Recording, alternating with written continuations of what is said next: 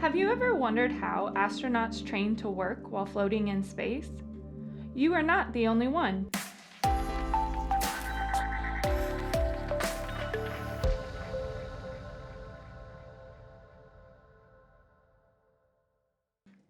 Over 2,000 years ago, a Greek scientist named Archimedes proclaimed, "Eureka! I have found it." Unfortunately, he didn't discover how to train for space, but instead he discovered an important principle that set the stage for space training. What is this principle, you may ask? It is called the Archimedes Principle. It led us to understand how objects float or sink. But how did Archimedes discover this? Well, being a major scientist and being tasked with an important job from the king, Archimedes decided to relax in a bath. As he lowered his body into the tub, he noticed that the water level rose around him.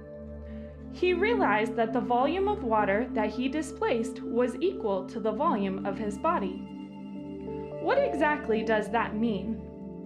Well, if the object weighs less than the displaced water, it will float. This is called positive buoyancy. If the object weighs more than the displaced water, it will sink. This is called negative buoyancy. This is where space training comes in.